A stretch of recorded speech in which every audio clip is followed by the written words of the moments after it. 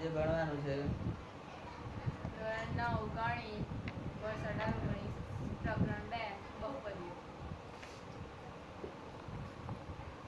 તો બહુપદીના પ્રાસ્તાવિકમાં ધોરણ 8 માં આપણે બૈજિક અભિવ્યક્તિના 4, 5 અને 6 એટલે 6 પદ્ધતિઓ શીખી ગયા. સરવાળો, બાદબાકી, ભાગાકાર, ગુણાકાર, અવયવ અને બૈજિક નિત્ય સમૂહ. બરાબર. અહીંયા 3 નિત્ય સમ આપેલા છે જે આપણે અગાઉ ઉપયોગમાં લઈ ચૂક્યા છે. એ કયા છે? તો પહેલું છે x વત્તા y આખાનો વર્ગ. x વત્તા y આખાનો વર્ગ, એનો જવાબ છે x² વત્તા 2xy વત્તા y². આને આપણે આવી રીતે શીખ્યા છે a વત્તા b આખાનો વર્ગ બરાબર a² પ્લસ 2ab વત્તા b². આપણે આને આવી રીતે શીખ્યા છે. પણ ભાઈ યાદ કરો, પાછલી સાઈડ આવું x² વાળા હતા. પછી બીજું છે x ઓછા y આખાનો વર્ગ બરાબર x² minus 2xy plus y². એને આપણે આ રીતે શીખ્યા છે a માઇનસ b આખાનો વર્ગ બરાબર a² minus 2ab plus b². ત્રીજો દાખલો છે, એટલે ત્રીજો નિત્યસમ છે. એ નિત્યસમ એવો છે x² માઇનસ y² બરાબર x વત્તા y બીજા કૌંસમાં x ઓછા y. એને આપણે આ રીતે શીખ્યા હતા a² માઇનસ b² બરાબર a plus b into a minus b. આ રીતે આપણે આ અવયવોના નિત્યસમોને શીખી ગયા છે. અને આવું હું નથી કહેતો.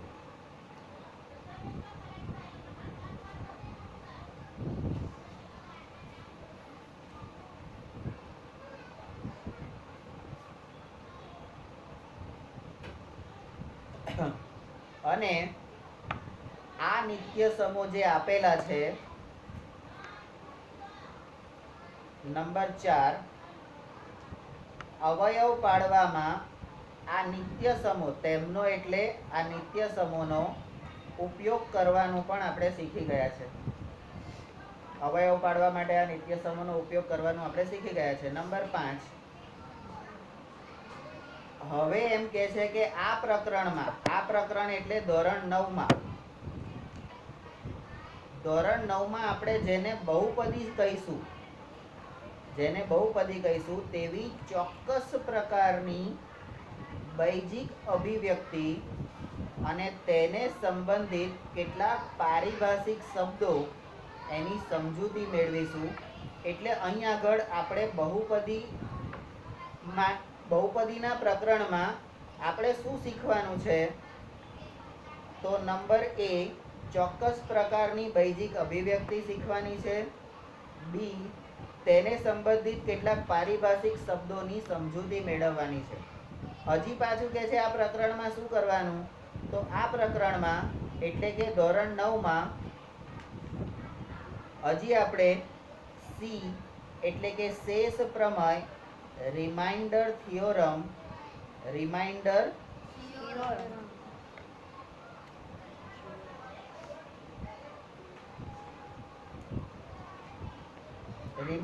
થિયોરમ અને ડી અવયવ પ્રમેય એટલે કે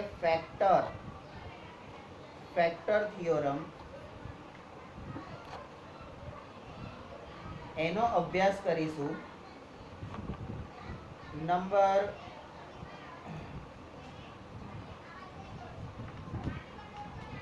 આનો અભ્યાસ કરીશું. નંબર 7, બહુપદીના અવયવો પાડવામાં આ તેમનો એટલે આ 4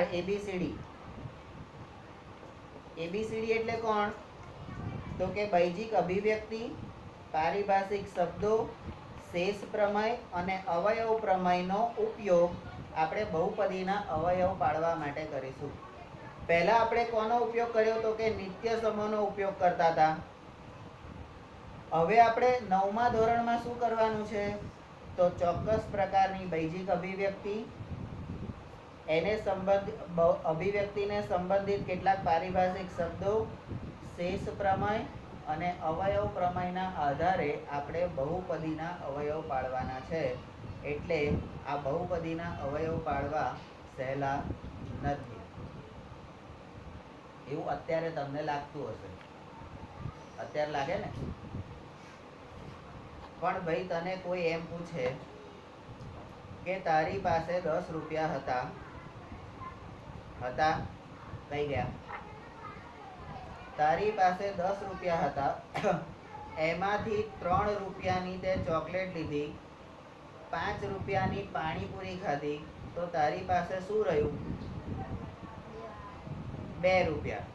તો ભાગાકારની પ્રક્રિયામાં એ 2 રૂપિયા શું થઈ? તમારી શેષ થઈ. શું થઈ? શેષ. શેષ એટલે જે વધ્યું ઘટ્યું હોય એ. હે, હવે તમે લોકો જમવા તો જતા જ હશો ને બધાય? હે, બુફે કાઉન્ટર હોય, તમારે જે જોઈએ જેટલું જોઈએ લઈ લો. હા, પણ પછી બધું ખાઈ જાવ છો ખરા?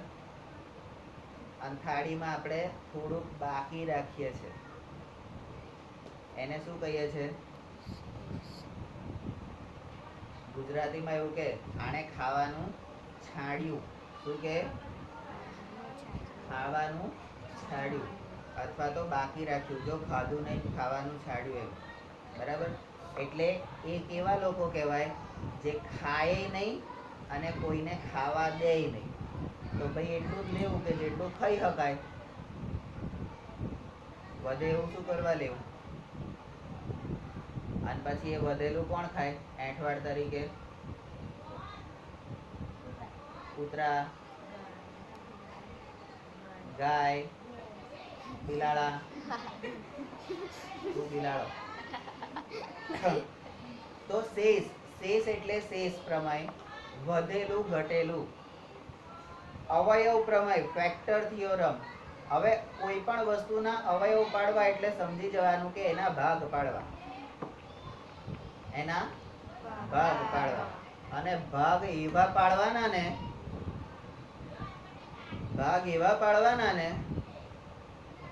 એવા ટુકડા કરી નાખવાના કે જ્યારે આપણે ફરી પાછા ઊંધા રિવર્સમાં જઈએ ત્યારે એ આપણને આખું તત્વ મળી શકે, તો જ એને અવયવ પાડ્યા કહેવાય. બાકી જો એને ફરીથી આપણે રિવર્સમાં જઈને આખું પાછું ના મેળવી શકીએ તો એને અવયવ કહેવાય. તો અવયવ પ્રમેય આપણે એ રીતે શીખવાનો છે. તમે જે રીતે ભાગ પાડો છો એ રીતે નહીં, હું જે રીતે ભાગ પાડું છું ને એ રીતે શીખવાનો છે. બરાબર? Factor theorem. નંબર 8, આ ઉપરાંત કેટલાક વધુ બૈજિક નિત્યસમો અને તેમનો પણ અવયવ પાડવામાં અને આપેલ કિંમતો આગળ. એટલે આ વધુ બૈજિક નિત્યસમોનો ઉપયોગ શેમાં કરવાનો? તો કે અવયવ પાડવામાં અને આપેલ કિંમતો આગળ અભિવ્યક્તિઓનું મૂલ્ય શોધવામાં ઉપયોગ કરીશું. હા, મૂલ્ય શોધવા. મૂલ્ય એટલે શું? કોઈ પણ વસ્તુનું મૂલ્ય એટલે શું? તો એની કિંમત. હા, એની કિંમત. ભંગારના વેપારીને સોનાની કિંમત ખબર પડે?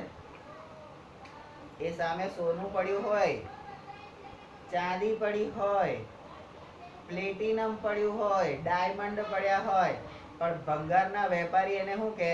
આ તો નંગ છે, આ તો પતરું છે. બોલ, 10 રૂપિયામાં આલુ હોય તો કિલોના ભાવે લઈ લો, નહીં તો નહીં. પણ ડોબા, આ જો તો ખરો, આ કઈ પતરું છે. પણ એ પતરું શેનું છે એ તો જો, કઈ ધાતુનું છે? સોનું છે. 24 કેરેટ શુદ્ધ સોનું છે. તો સોનાની કિંમત એ સોનીને જ ખબર પડે, ભંગારના વેપારીને એની કિંમત ખબર પડે નહીં. બરાબર? તો આપણે પણ મૂલ્ય શોધવાનું છે. કોનું? બહુપદીનું મૂલ્ય શોધવાનું છે. બહુપદીમાં ઘણા બધા પદો આપેલા છે, એનું મૂલ્ય શોધવાનું છે. એવું કરવાનું છે ના. તો હા, ચલ x, આપણે જે બહુપદીમાં ચલ x વાપરીએ છીએ, એ ચલ x ની જુદી જુદી કિંમતો માટે બહુપદીનું મૂલ્ય શોધવાનું છે. કે જો ચલ x તરીકે તમે 1 લો તો આખી બહુપદીનું મૂલ્ય શું થાય? 2 લો તો આખી બહુપદીનું મૂલ્ય શું થાય? એ કિંમત એની શોધવાની છે. બરાબર? આ પ્રકરણમાં આપણે આટલું શીખવાનું છે. હવે તમે આગળ જે જોયું અનુક્રમણિકામાં, કે આ પ્રકરણમાં આપણે આટલું શીખવાનું છે, અને અહીંયા તમે જોયું એ બંનેમાં કંઈક તફાવત જેવું લાગ્યું? કઈ ફેર લાગ્યો? શું ના પાડે છે? આગળ નિત્યસમની વાત કરી હતી. આગળ શું કીધું? સીધે સીધું કહી દીધું અવયવ પાડવાના, પણ કેવી રીતે પાડવાના? તો કે નિત્યસમોના આધારે. બરાબર? ચલો, હવે આપણે બહુપદીનો પ્રકાર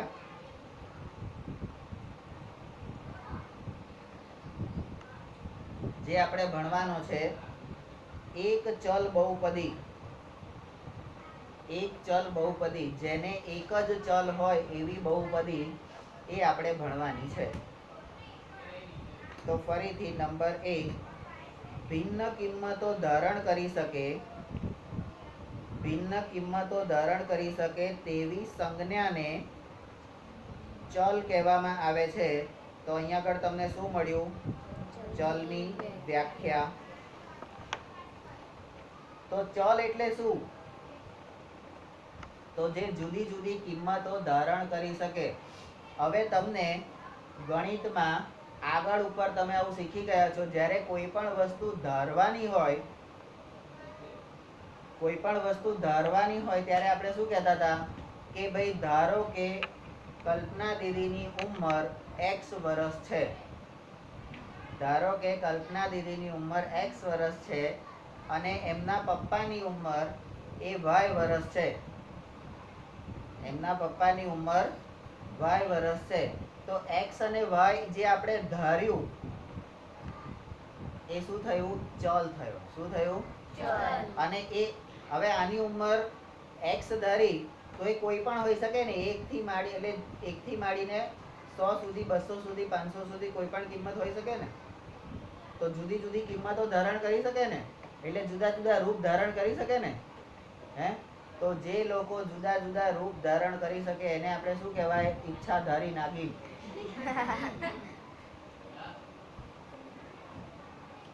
ના કહેવાય? અલ્યા બહુરૂપી. તો જુદા જુદા રૂપ ધારણ કરી શકે, વેશ બનાવી શકે, એને આપણે બહુરૂપી કહીએ છીએ.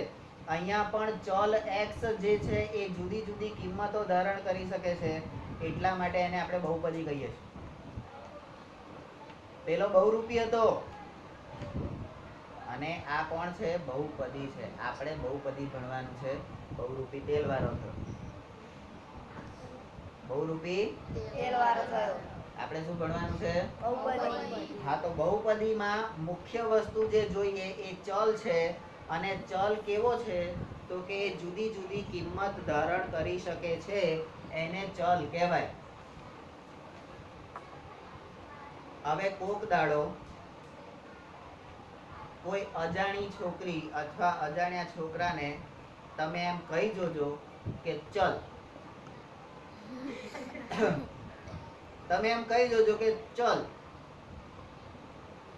પછી જે થાય ભોગવવાની તૈયારી રાખવાની. જે થાય ભોગવવાની તૈયારી રાખવાની. બરાબર? પણ જેને આપણે જાણીએ છે, જેને આપણે સમજીએ છે, બરાબર, એને તમે આવું કહી શકો. તો ચલ એ એવી વસ્તુ છે કે જેને આપણે જાણીએ છે, એની જુદી જુદી કિંમતો છે, એ આપણને ખબર છે, એ બહુરૂપી છે એ પણ આપણને ખબર છે, તો એને આપણે ચલ કહી શકીએ. બાકી બીજા કોઈ કીધું હોય તો સેજલ શું થાય? માનો કે આ જયમીન ઉદાહરણ તરીકે કોક દાડો તને રસ્તા મળે અને એમ કે ચલ, હે, તો પછી તું પગમાંથી શું કાઢે અને પછી એને ક્યાં આગળ આલે કે આ ચલ કહેવાની જુદી જુદી કિંમતો 1 2 3 બરાબર એટલે 4 તો આલે તો આપણે પણ બહુપદીમાં ચલની 4 કે 5 જ કિંમતો શોધવાની છે બરાબર શું કીધું પેલા છોકરાએ નીચે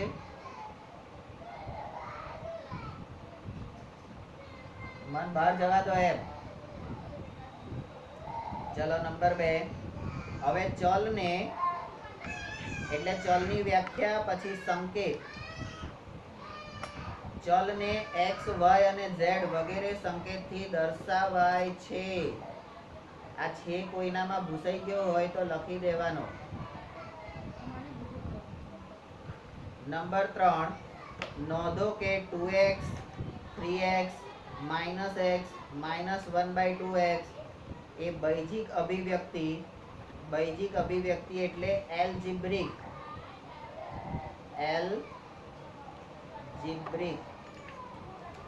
એક્સપ્રેશન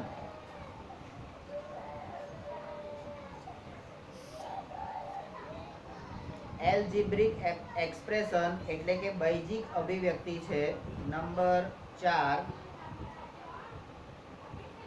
આ બધી બૈજિક અભિવ્યક્તિ એ અચળ પદ ગુણ્યા x આ બૈજિક અભિવ્યક્તિ કરવાની કેવી રીતે છે તો અચળ પદ તરીકે કોણ હોય તો કે 1 2 3 4 -1 2 3 4 -1 -2 એ બધા જે પ્રાકૃતિક સંખ્યાઓ હોય એ બધી સંખ્યાઓ ત્યાં આગળ આવે 1/2 એટલે પૂર્ણાંક અપૂર્ણાંક બધી સંખ્યાઓ માઇનસ પ્લસ બધી સંખ્યાઓ એ તમારા અચળ પદ તરીકે આવે એને ગુણ્યા x પ્રકારની છે નંબર 5 હવે ધારો કે આપણે એક અચળ પદ ગુણ્યા ચલ એ પ્રકારની બહુપદી લખવી છે તો નંબર 6 અને આપણે અચળ વિશે જાણતા નથી આ અચળ કોણ છે ભાઈ અચળ કોણ છે વિજ્ઞાનમાં આપણે અચળ શબ્દ ભણી ગયા છે ચલ એવો છે કે જે બદલાઈ શકે છે પણ અચલ છે અચળ એ ક્યારેય બદલાતો નથી અચળ કોને કહેવાય તો તમારી સામે બે નમૂના છે ગમે તેવી પરિસ્થિતિમાં બદલાય નહીં એને અચળ કહેવાય બરાબર એટલે અચળ એક વખત જે હોય એના એ જ હોય એ ક્યારેય બદલાય નહીં ગમે તેવી પરિસ્થિતિ હોય બરાબર તો એને અચળ કહેવાય વિજ્ઞાનમાં આપણે અચળ વેગથી ગતિ કરતી ગાડી એનું ઉદાહરણ આપણે શીખી ગયા છે કે ધારો કે કોઈ ગાડી સતત એક ધારી સ્પીડથી એટલે 50ની સ્પીડથી અંતર કાપે છે x અંતર કાપે છે એની સ્પીડ બદલાતી નથી તો એ ગાડી અચળ વેગે ગતિ કરે છે એમ કહેવાય અચળ એટલે શું બદલાય નહીં એ અને જે બદલાઈ જાય એ ચલ અને એટલા માટે ચલને આપણે ચલિત કહીએ છીએ શું કહીએ છીએ ચલિત અને હું એ ચલિતને શું કહું છું પલિત કહું છું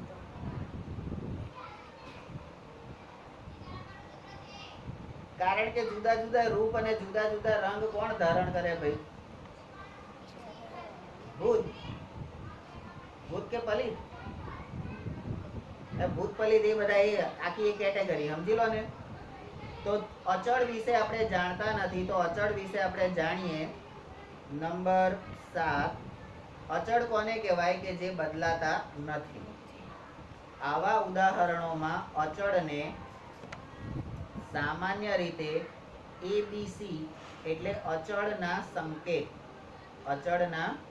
સંકેત ABC વગેરે દ્વારા દર્શાવાય છે તેથી નંબર 8 આપણી જે પદાવલી છે હજી તમારી બહુપદી નથી બની હજી બહુપદીનું ખાલી એક પદ બન્યું છે પદાવલી બહુપદીનું એક પદ બન્યું છે જેને AX પ્રમાણમાં દર્શાવવામાં આવે છે તો આ બહુપદીનું એક પદ છે. શું છે? એમાં એ જે છે અહીંયા એ આપેલો છે એ x માં આ એ છે એ કોણ છે તો કે અચળ પદ અને x જે છે એ કોણ છે તો કે ચલ છે. x કોણ છે? હવે આપણે બહુપદી થોડીક શીખી ગયા છે.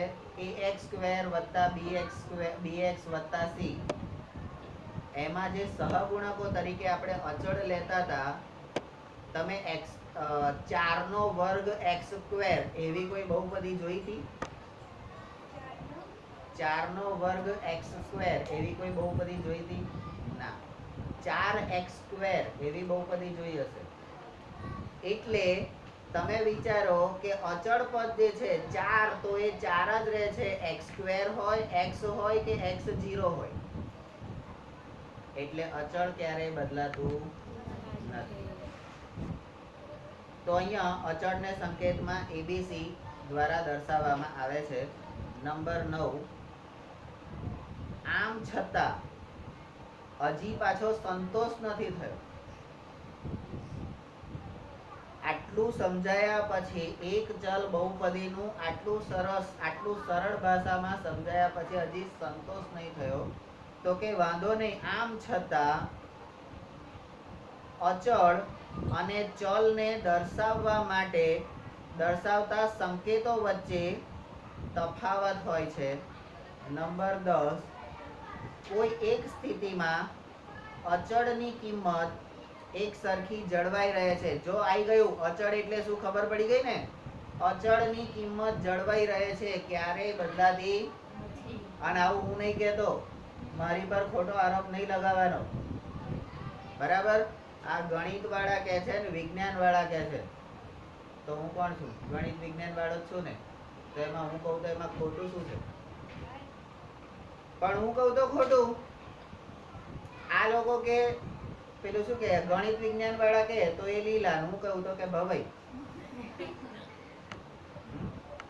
આ લોકો કે માનવાનું, હું કહું તો નહીં માનવાનું. કેમ? માણસની પ્રકૃતિ એવી છે, કારણ કે માણસ એ ચલિત છે. કેવો છે? ચલિત. આ માણસે ભગવાન જેવા ભગવાનને, એટલે તમારા લોકોને ભગવાન તો હોય ને, શું આ તમારા લોકોને ભગવાન ના હોય? તો ભગવાનની જે મૂર્તિ હોય છે ને, મૂર્તિ, એ મૂર્તિને પણ બે ભાગમાં વહેંચી દીધી છે. એક સ્થાપિત મૂર્તિ અને એક ચલિત મૂર્તિ. સ્થાપિત મૂર્તિ એવી કે જે એક વખત એની સ્થાપના થઈ ગઈ પછી એ આગી પાછી ના કરાય અને થાય નહીં. પણ જે ચલિત મૂર્તિ હોય છે એની સ્થાપના કરવામાં આવતી નથી. જય લઈ જવી હોય તો લઈ જાઓ, જય મોકલવી હોય તો લઈ જાઓ, ઊંચી કરો, નીચી કરો, પછાડો, તોડો, જે કરો. માણસ કેટલો સ્વાર્થી છે, પોતાના ફાયદા માટે ભગવાનને પણ બે ભાગમાં વહેંચી નાખે છે. તો તમારી મારી શું દશા કરે? હે બોલ, કરી નાખે ને દશા? એટલે આ તો પાડ પેલા ન હલાય તો હું કે છે. તો ભાઈ કોઈ પણ સ્થિતિમાં અચળની કિંમત એક સરખી જળવાઈ રહે છે, પરંતુ ચલની કિંમત બદલાતી રહે છે.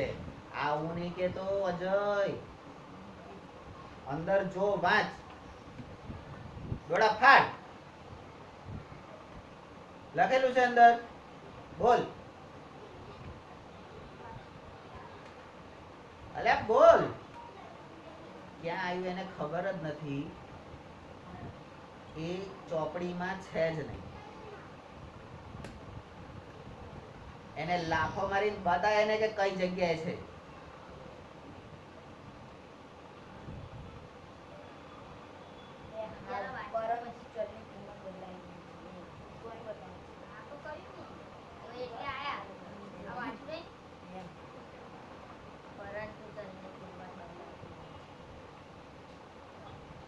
તો અચળની કિંમત ક્યારેય બદલાતી નથી.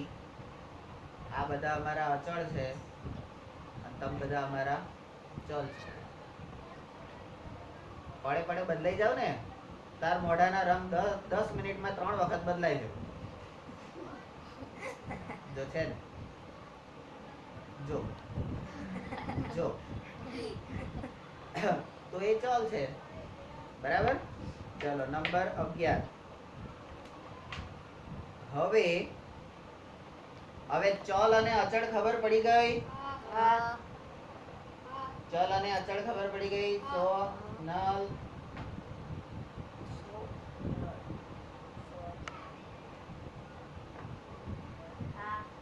તે તારી ઉંમર કેટલી થઈ? 75 ખરું? ટેકો દીધો એ 75 વાળા, ટટ્ટાર બેસે એ 35 વાળા, અને હું 12 વાળો. તમારી હજી શું ઉંમર છે?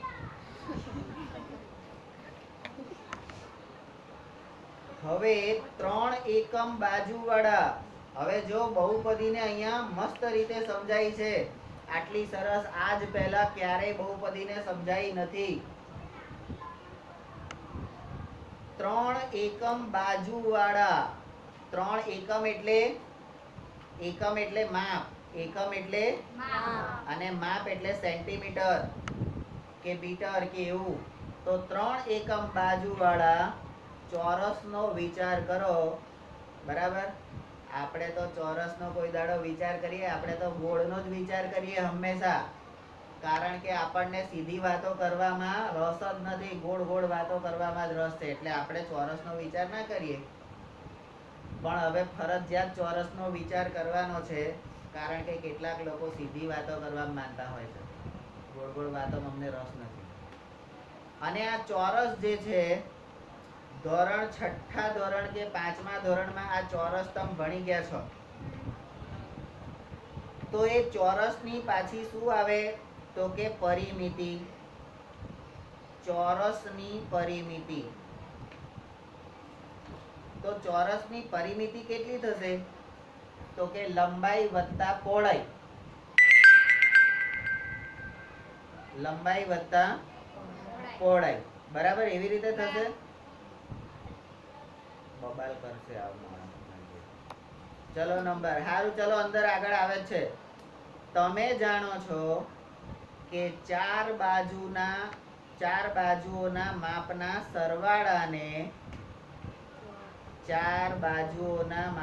સરવાળાને ચોરસની પરિમિતિ કહેવામાં આવે છે. તો ચોરસની પરિમિતિની વ્યાખ્યા. તો ચોરસની પરિમિતિની વ્યાખ્યા શું છે ભાઈ? તો ચારે બાજુઓના માપનો સરવાળો એને પરિમિતિ કહેવામાં આવે છે. લંબચોરસ હોય તો લંબાઈ ગુણ્યા પહોળાઈ અને આખાને ગુણ્યા 2. 2 ગુણ્યા લંબાઈ વત્તા પહોળાઈ. 2 ગુણ્યા લંબાઈ વત્તા, કારણ કે લંબાઈ 2 વખત સરખી આવે ને પહોળાઈ 2 વખત સરખી આવે, એને લંબચોરસ કહેવાય. આ લંબચોરસ કેવો હોય? લાંબો. અને ચોરસ કેવો હોય? તાર જેવો.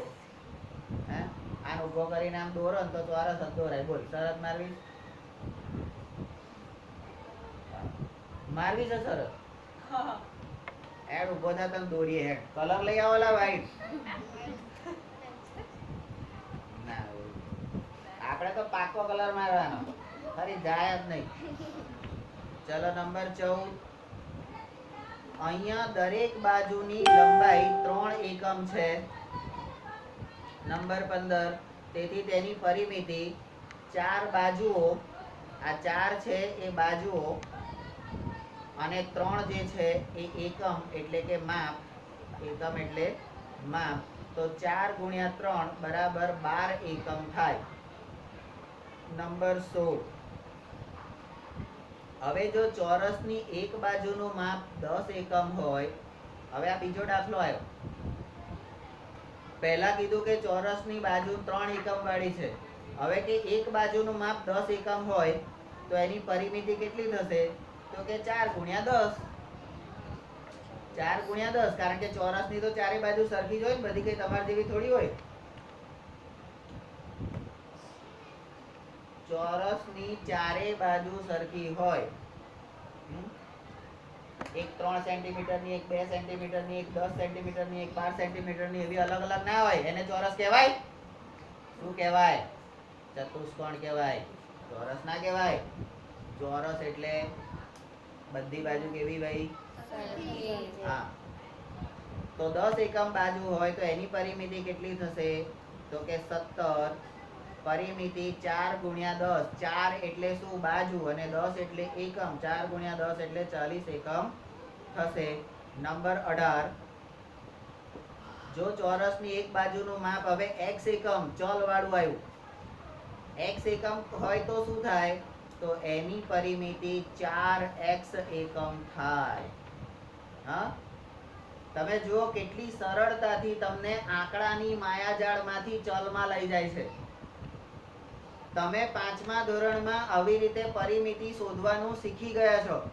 4 ગુણ્યા 2, 4 ગુણ્યા 5 આવું શીખી ગયા છો. એવા 2 દાખલા આપ્યા પછી હવે તમને ચલમાં લઈ જાય છે. તો 4x થયા. તો નંબર 19. આમ જેમ બાજુની લંબાઈનું માપ બદલાય, બાજુની લંબાઈનું માપ બદલાય એમ પરિમિતિનું માપ પણ બદલાય. પરિમિતિનું માપ પણ બદલાય.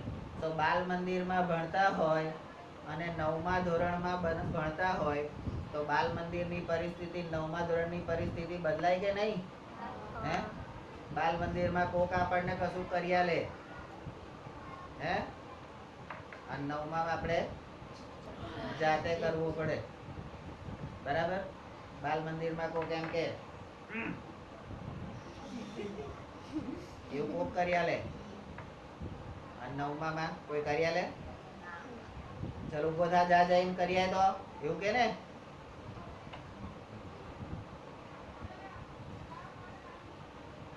નાસ્તો બાલ મંદિરમાં કોક ખવડાવે આપણને.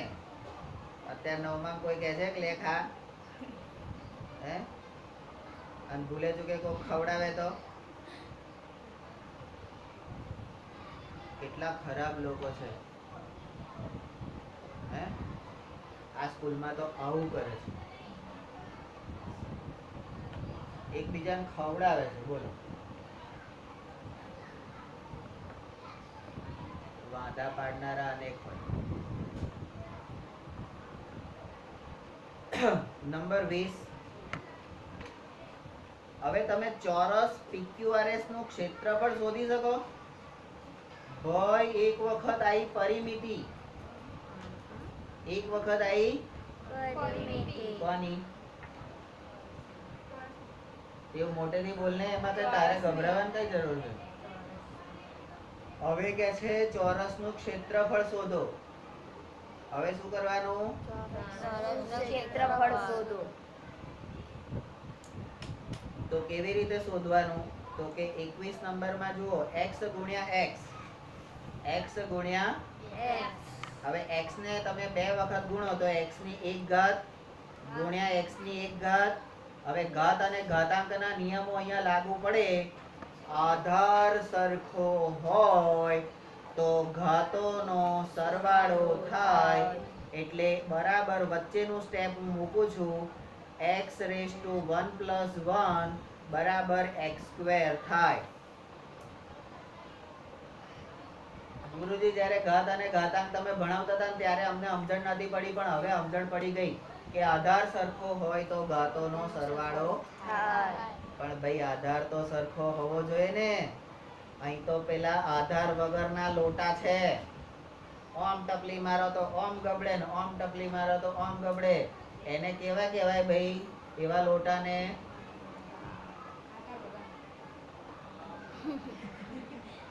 ઘાટ વગરના. આપણે હારું કેવું, શબ્દો જરી હારા વાપરવા. ઘાટ વગરના લોટા કહેવાય. હે? ખરબચડો લોટો હોય એ કોઈ દાડો આમ સ્થિર ઉભો રહે? બરાબર? તો આધાર સરખો જોઈએ. આધાર એટલે પાયો. હવે જેનો પાયો સરખો હોય ને ત્યાં આગળ કોઈ પણ ઇમારત ચણી શકાય. પાયો જ કાચો હોય તો ઇમારત ચણી શકાય? અને ભૂલે ચૂકે ચણો તો શું થાય? આંટી અહીંયા રહેવાનું, મારી સામે. બરાબર?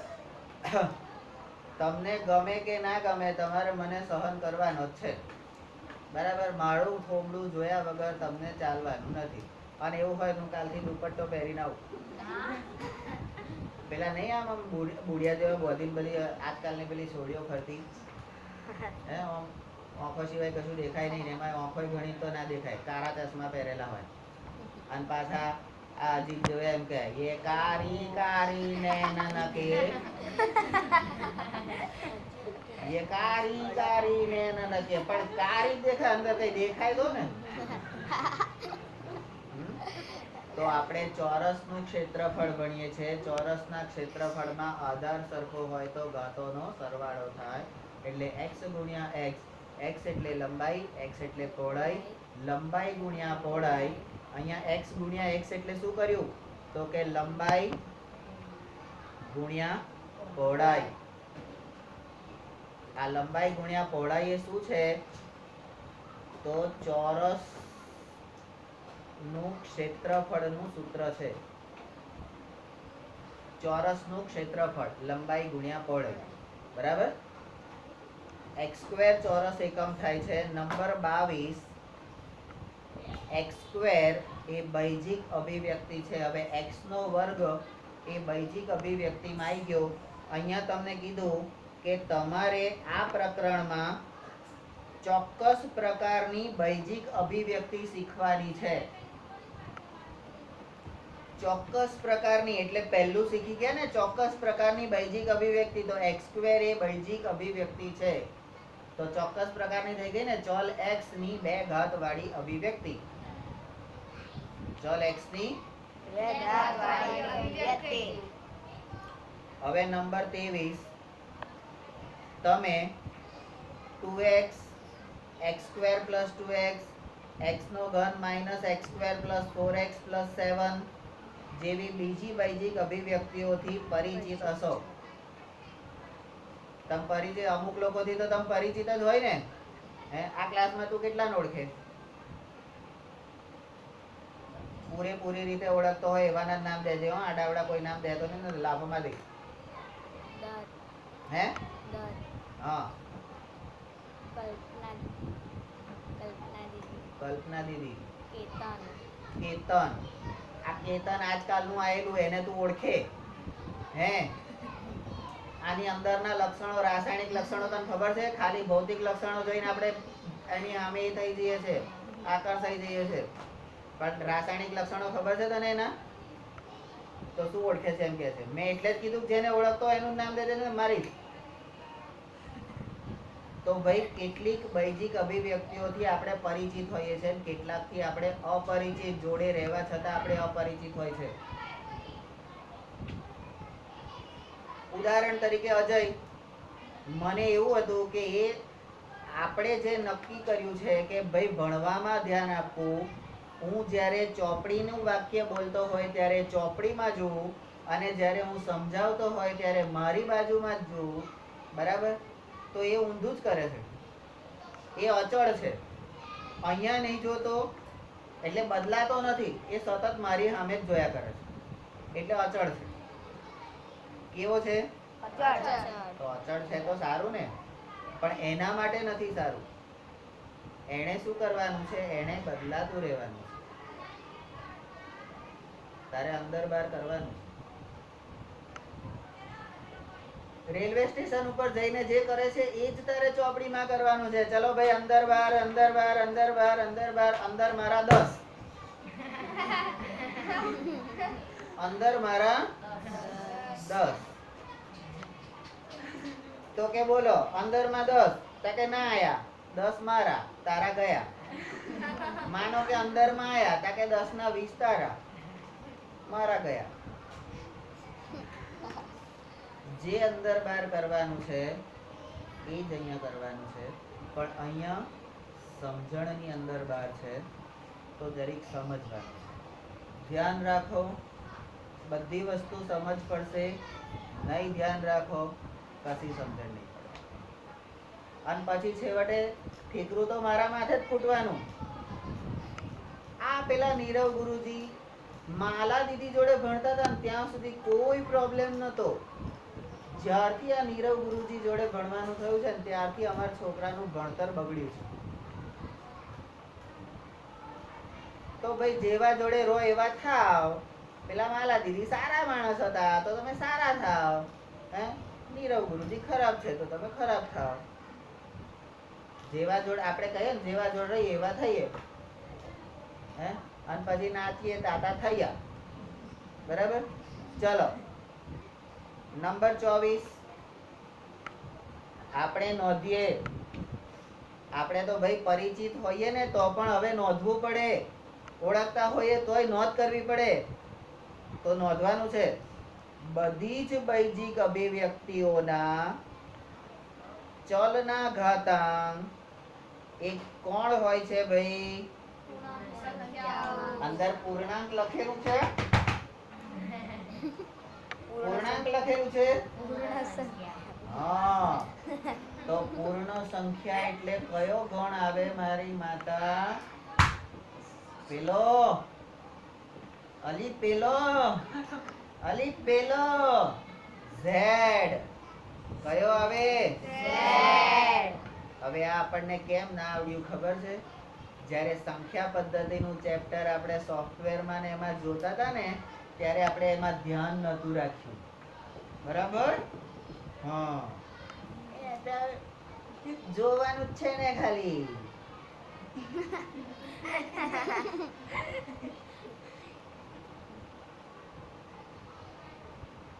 છેલ્લા 5 વર્ષથી બધાને કહેતો આવ્યો છું કે સરસ્વતી વિદ્યા મંદિરમાં કઈ પણ પ્રક્રિયા થાય છે ફાલતુમાં નથી થતી. દરેકે દરેક પ્રક્રિયામાં ધ્યાન આપવાનું હોય છે. અહીં કશું ફાલતુ નહીં થતું. તો એ વખતે જે તમને અંદર બતાવતો હતો ને રોજે રોજ સવાર બપોર હોજ, એ કેમ બતાવતો હતો કે જ્યારે હું આ કરું ને ત્યારે મને ઓછી તકલીફ પડે, તમને ઓછી તકલીફ પડે. કારણ કે જો અચળ બદલાઈ જાય તો પછી ચલની શું હાલત થાય? એટલે અચળ બદલાઈ જાય તો ચલની શું હાલત થાય? એટલે અચળે બદલાવાનું. બરાબર? પૂર્ણ સંખ્યા તો આગળના ચેપ્ટરમાં, ચલો હવે તમે અહીંયા પરાક્રમ કર્યું જ છે તો હું તમને જરી બતાવી દઉં છું.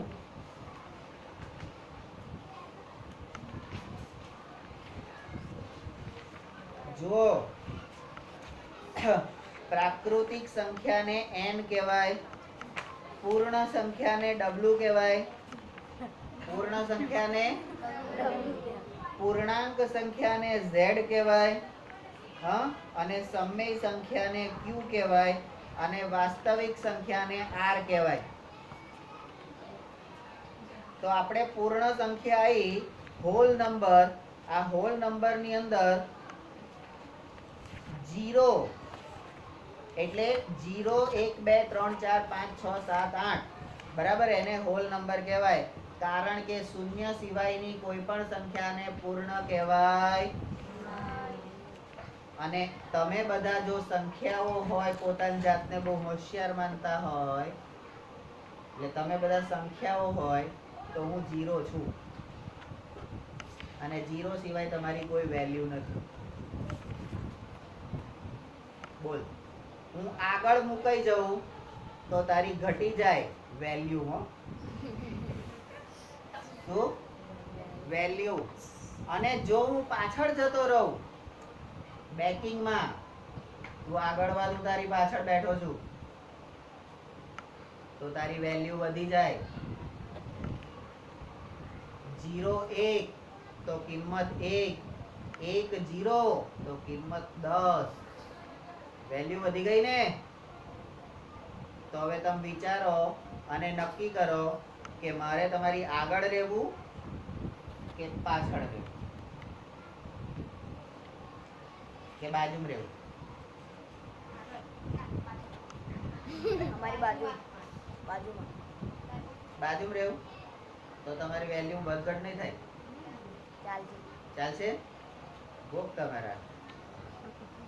તો બૈજિક અભિવ્યક્તિઓનો ચલનો ઘાતાંક એ પૂર્ણ સંખ્યા, કારણ કે ઉપર જે ઘાત હોય ને x² એ વર્ગ, જે ઉપરનો ઘાત એ ક્યારેય માઈનસ હોય. હવે ઘાત માઈનસ થઈ જાય તો તમારી દશા શું થાય? આ વિશાલ ખરો ને, એના જન્માક્ષરમાં એવું લખેલું છે કે 31 વર્ષની ઉંમરે એના માટે બહુ મોટી ઘાત છે. હવે બહુપદીની મોટા મોટી ઘાત એટલે શું? બહુપદીની મોટા મોટી ઘાત એટલે ચલ x ની સૌથી મોટી ઘાત. તો એના માથે જે ઘાત છે એ કેવી ઘાત કહેવાય? બહુપદીની ઘાત. હવે એને જે જન્માક્ષરમાં લખેલી ઘાત એટલે શું કે એ ટાઈમ એવો આવશે 31 વર્ષનો, હજી મેં એના જન્માક્ષર જોયા નહીં, એના કપાળ પર જે લખેલું છે ને એવો જો ભૂસવાની કોશિશ કરે છે. હાથ હટાય. એના કપાળ પર લખેલું છે ને એના પરથી હું કહું છું કે 31 વર્ષે એને બહુ મોટી ઘાત છે. અને જો એ બચી ગયો ને તો એ મારી જોડે 125 વર્ષ જીવશે. અને એ વખત ગયો ને તો પૂરો. હવે આજે જઈને એવું એના જન્માક્ષર પહેલા હશે, મમ્મી મારા જન્માક્ષર લાય. અંદર આવું કઈ લખેલું છે અને જો લખેલું નીકળશે કાલ સવારે એવું કહેશે આપણને. આપણે કહીએ ને અમુક લોકો નહીં કહેતા મારે પાણીની ઘાત છે, મારે આગની ઘાત છે, મારે કરંટની ઘાત છે, મારે તમારી ઘાત છે, તમે મારી ઘાત છો. આવું બધું કહે છે ને ભાઈ. લીટા નય રોહને હાલ તો એટલે ત્યાં ના મરાય.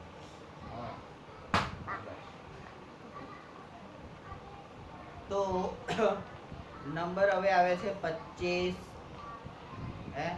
આ તો પેલું ગટરમાં કેટલા પડ્યા હતા કે 1 2 24, કઈ બીજો પડ્યો તો કે 25.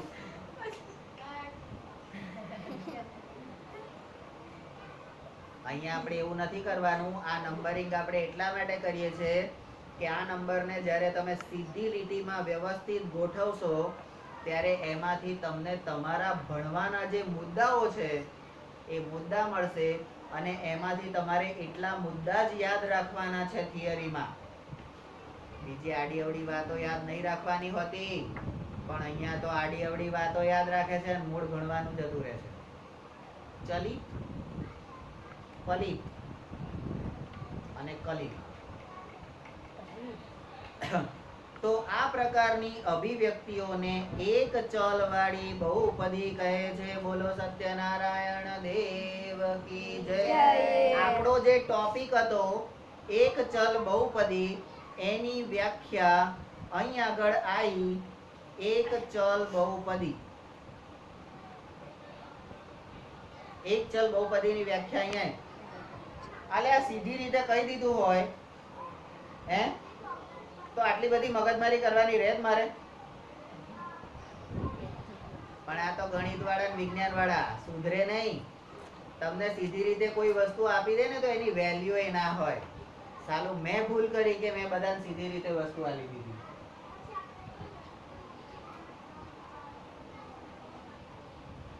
અપરાય શું કરવા? અંદર ધ્યાન આપને, મારી બાજુ ડોળા ફાડી ફાડીને. હું તો કઈ જોવા જેવી આઈટમ છું?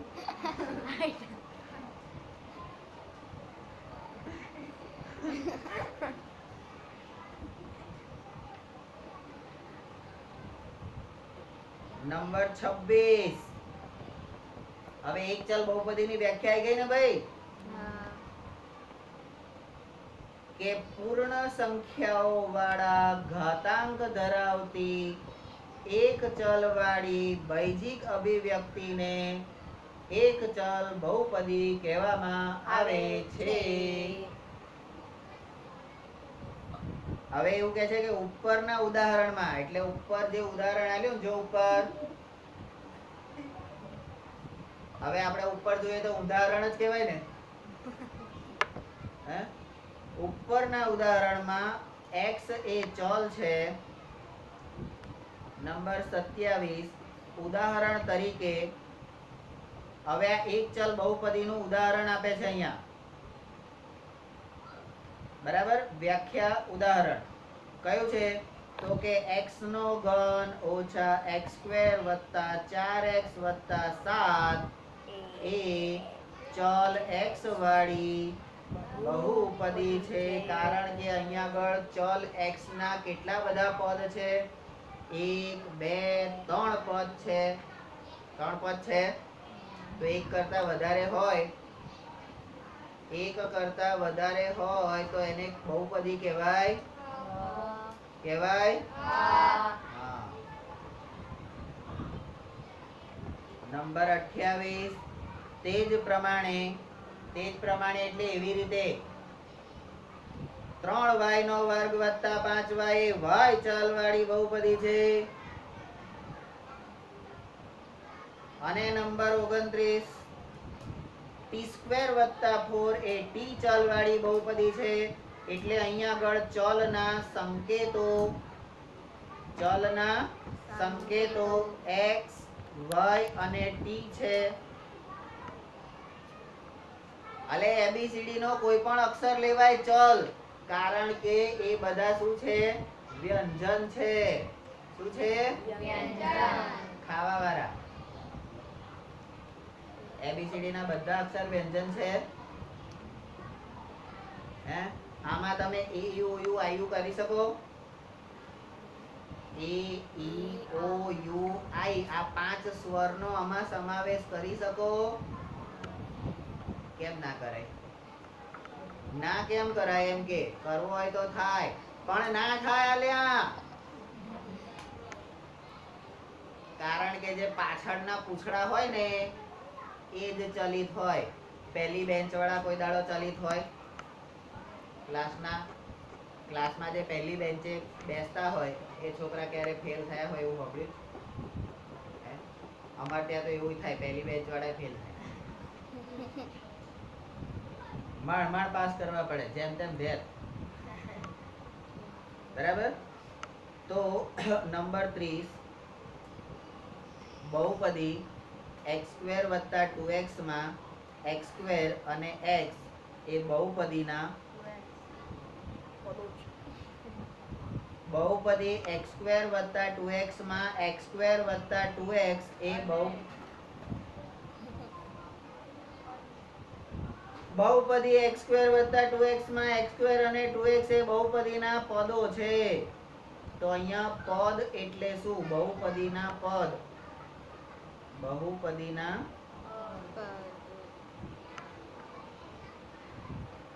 પદ એટલે એક એક શબ્દ, એક એક અક્ષર. નહીં? શું? હા કે ના? તાર મમ્મીનું નામ બોલ. હે? ઉષાબેન ના બે પદ કયા? જાનુ જયમીન. જાનુ વત્તા જયમીન. ઉષાબેન ના બે પદ થયા ને? કે પગ વગરના છે? હા એમ. 31 તે જ પ્રમાણે 3y નો વર્ગ વત્તા 5y વત્તા 7 એમાં 3y નો વર્ગ 5y અને 7 એમ 3 પદો છે. આમાં બે પદ છે, 3 પદ છે. એટલે હવે તમને ચલ x વાળી એક ચલ બહુપદી તો આપી, પણ એના પણ પાછા જુદા જુદા પ્રકાર આપશે. એક ચલ એટલે એક પદી, તો એક પદ વાળી એટલે x નું એક જ પદ હોય. દ્વિપદી એમાં x ના બે પદ હોય. ત્રિપદી તો x ના 3 પદ હોય. અને બહુપદી એટલે તો બધા બહુપદ હોય. બરાબર. નંબર 32 તમે બહુપદી -x નો ઘન વત્તા 4x નો વર્ગ વત્તા 7x ના પદો લખી શકશો? તો આ બહુપદીને 4 પદો છે. -x નો ઘન 4x નો વર્ગ 7x અને -2 જે અચળ પદ છે નંબર 33 બહુપદીના દરેક પદને સહગુણક હોય છે એટલે અહીંયા આગળ 33 નંબરમાં આપણે સહગુણક અને સહગુણક એ અચળ હોય છે. આગળ આપણે જોઈ ગયા હો, હું નહીં કહેતો, સહગુણક તરીકે અચળ હોય છે. a b c હે a b c કોઈ કહેવાય a b c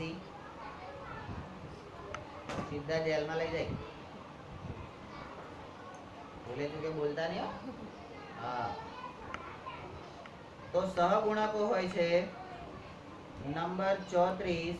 તેથી બહુપદી -x નો ઘન વત્તા 4x નો વર્ગ વત્તા 7x ઓછા 2 માં x ઘન નો સહગુણક -1 x સ્ક્વેર નો સહગુણક 4 x નો સહગુણક 7 અને x0 નો સહગુણક -2 છે.